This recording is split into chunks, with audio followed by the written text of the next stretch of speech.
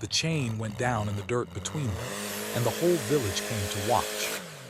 That was how it always began in Kirchtal, not with speeches, not with a formal announcement, but with someone laying a length of heavy chain on the ground and two men looking at each other from either end of it. In September of 1957, on the afternoon of the Erntedankfest, the chain belonged to Ludwig Hartmann the blacksmith, who had carried it from his workshop specifically for this purpose, and the two men looking at each other were Heinrich Voss and Wilhelm Kruse. Heinrich Voss was 30 years old.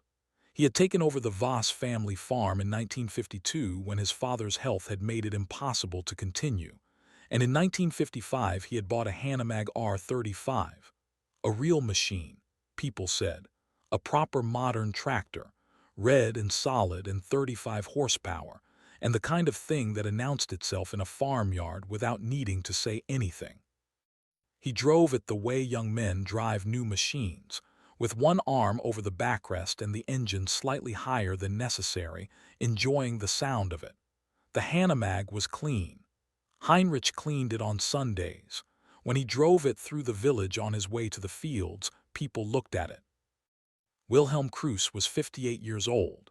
His Lanz Bulldog had been on the farm since 1938, when his father had bought it new, and Wilhelm had learned to drive it at 14.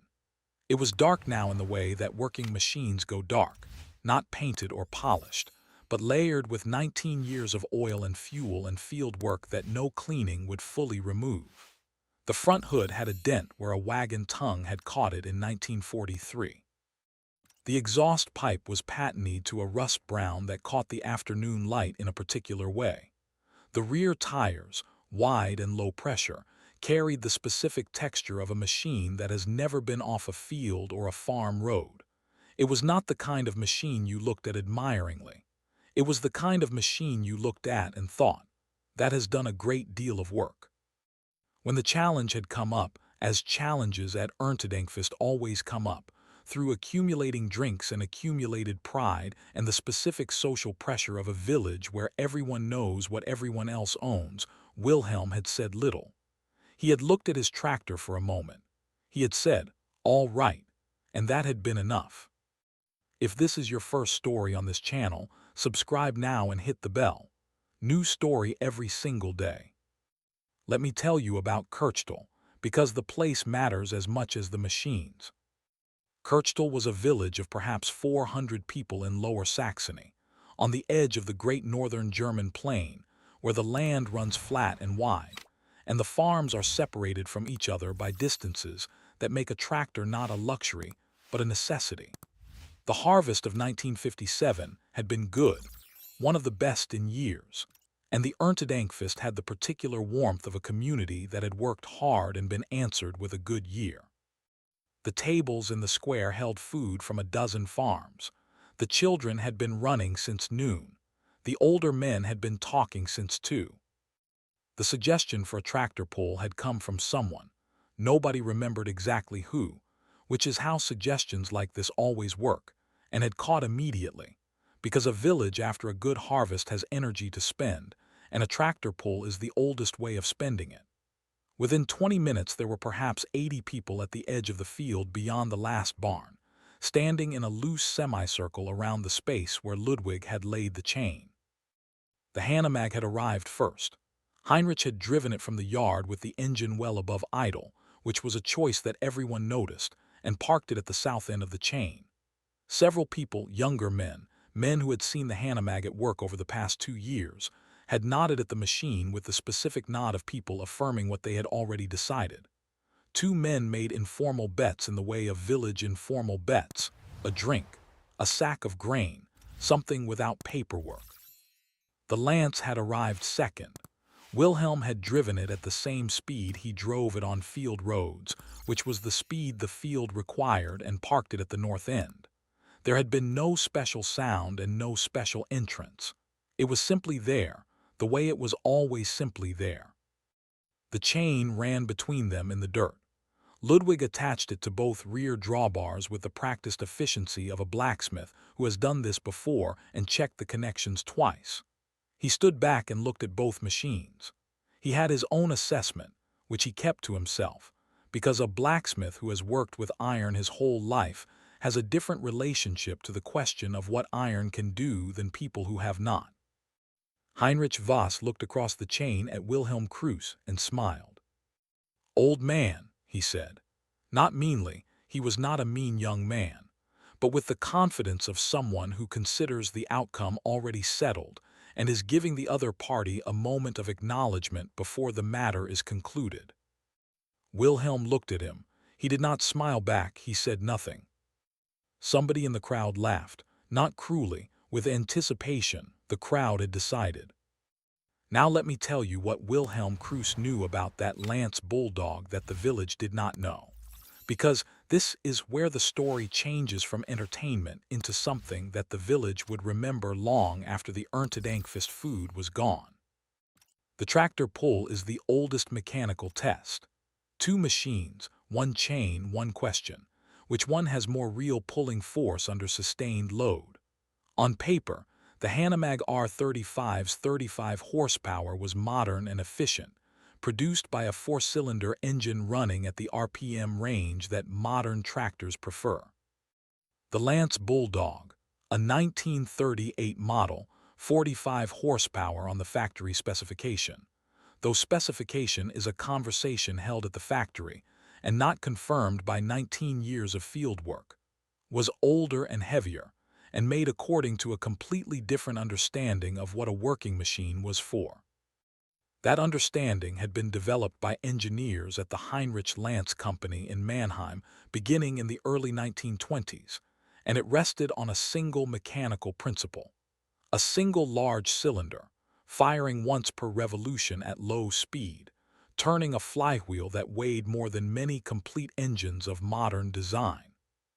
Here is what that means in practice. The Hanomag's four-cylinder engine fires rapidly, many times per second at working RPM. Each firing stroke is a small pulse of energy. Many small pulses added together produce smooth and sufficient power for field work in most conditions. The engine is efficient. It is smooth. It is pleasant to drive because the power delivery has no gaps. In most conditions, this is ideal. But in a pulling contest, specifically in the condition where maximum load is applied, and the machine must maintain continuous traction against a chain that is not yielding, the small pulse design reveals a limitation. When the rear wheels begin to lose traction and spin, the engine's rapid firing feeds more energy into the spinning, not into the pulling. The wheels rotate faster, the ground does not cooperate, and the machine sits in place with its engine working hard and its chain not moving. The Lanz Bulldog's single hot bulb cylinder fires once per revolution at 600 RPM, one firing stroke per second. Each stroke drives the massive flywheel, a spinning iron disc of considerable weight that stores the energy of the firing stroke and releases it smoothly into the drivetrain between strokes. This flywheel mass is the key. Between firing strokes, the flywheel's rotational inertia pushes the drivetrain continuously forward, not in pulses, but in a sustained, smooth, unbroken force that the tires translate into traction on the ground. When the lance pulls against a chain, the wheels do not spin. They press. The weight of the machine, sitting low, carried on wide tires, combines with the flywheel smooth torque to grip the ground steadily rather than intermittently. At the moment of maximum resistance, the lance does not spin its wheels and wait for the ground to cooperate. It presses harder into the ground and pulls. This was what Wilhelm Kruse had been doing since 1938. Field work, draft work, the slow sustained pull of a machine through ground that resisted. He had never thought about it in terms of flywheel inertia and pulse dynamics. He had thought about it in terms of what happened when the going was hard. The machine kept pulling, or it did not. His had always kept pulling. He knew what the chain would show. Subscribe if you have not yet, because what happens next in this village field is why Kirchtal still talks about September 1957. The signal was Ludwig Hartmann's raised hand. Then it dropped. The Hanomag went first, not because anyone had said so, but because Heinrich Voss engaged the clutch with the engine already up, and the machine jumped forward with the immediate responsiveness that modern engines provide. The chain came up out of the dirt. It went taut, and the Hanomag's engine, 35 modern horsepower, pushed against the weight of the Lanz on the other end. For a moment it worked. The Lanz moved forward perhaps 30 centimeters, the chain pulling its rear axle, the weight of the old machine sliding on the dry September grass. Heinrich Voss saw this movement and pushed the throttle further. The Hanomag engine rose in pitch and speed. And then the rear tires of the Hanomag began to spin. Not dramatically, not a sudden loss of control, but the progressive, familiar failure of a wheel that has reached the limit of what its contact patch can transmit to the ground. The engine note rose past its useful pulling range. The rear tires were rotating faster than the chain was moving. The ground under the rear tires was being churned backward, not the chain going forward. The front of the machine lightened slightly. The chain had stopped moving. The Lanz had not moved again. Wilhelm Kruse had engaged the clutch at approximately the moment the chain went taut, not before, not dramatically. He had engaged it the way he engaged it in the field, smoothly, at the right moment, without hurry. The Lanz's engine was at 600 RPM. The single cylinder fired. Pum! The flywheel absorbed the firing stroke and continued turning. The chain, already taut from the Hanomag's pull, now had a second force applied to it from the north. Not a surge, not a jerk, but a steady and accumulating pressure delivered by 80 kilograms of spinning iron, releasing its stored energy into the rear axle through a simple gear drive that had been doing this for 19 years without complaint. The Lanz's rear tires, wide, heavily loaded, carrying the machine's weight close to the ground, did not spin. They pressed. They found the grass and the dry September earth beneath it, and they gripped. Pum! The Lanz moved backward 1 centimeter. Not toward Heinrich Voss. Backward, toward the north, the direction Wilhelm was pulling, which meant the chain was moving in that direction, which meant that the pull from the north was stronger than the pull from the south. The crowd had been making noise. They went quieter. Pum! Another centimeter. Then 2. The Hanomag's wheels were spinning. The Lanz's wheels were gripping. The chain did not care about horsepower ratings on a manufacturer's specification sheet.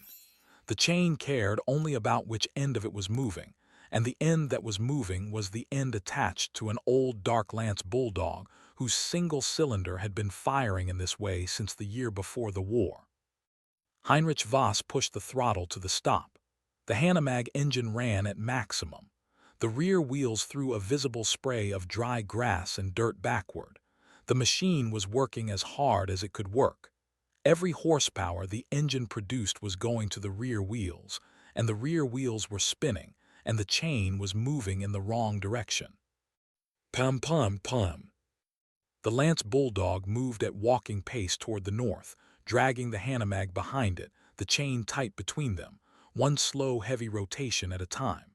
The crowd was quiet enough now that you could hear the chain links under load, a deep, continuous creak of iron under sustained force. The Hanomag's engine was loud. The Lanz's engine was slow. All the noise was on the Hanomag's side. All the movement was on the Lanz's side. At approximately 3 meters of travel, Heinrich Voss cut the throttle. This was the correct decision. Pushing the engine past its traction point was burning fuel and heating the drivetrain and achieving nothing. He sat on the seat of the Hanomag and looked at the Lanz moving steadily away from him, taking the chain with it, and he said nothing for a long moment. He looked at his rear tire tracks, churned and loose, and at the Lanz's rear tire tracks, 2 clean parallel presses moving steadily northward. He looked at his hands on the wheel. The Lanz traveled the additional distance, perhaps 2 more meters, until the result was unmistakable. Then Wilhelm Kruse disengaged the clutch and the engine went back to its resting pace. Pum! Pum! Pum! The crowd began to make noise again, not the noise of people who had seen something expected. the noise of people who had just received real information that required them to reconsider the assumptions they had been making. Wilhelm climbed down from the lance. He did not make a gesture. He did not look at Heinrich Voss with any expression of triumph. He walked to the front of the machine and checked the chain attachment at the drawbar the way he always checked these connections, because checking connections after a pull is part of the work. He unclipped the chain from the drawbar and laid it back in the dirt and stepped back. Heinrich Voss climbed down from the Hanomag. He stood beside it for a moment, looking at the ground where the tire marks showed clearly. The Hanomags churned and spun, the lances clean and pressed. Then he walked across to Wilhelm. The crowd was watching. "I had more horsepower," Heinrich said. It was not an excuse.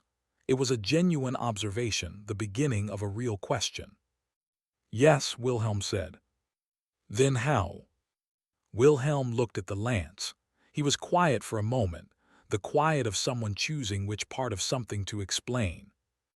"The flywheel," he said. "The single cylinder stores it between strokes. The tires don't break traction because the force comes steady, not in surges." He looked at Heinrich.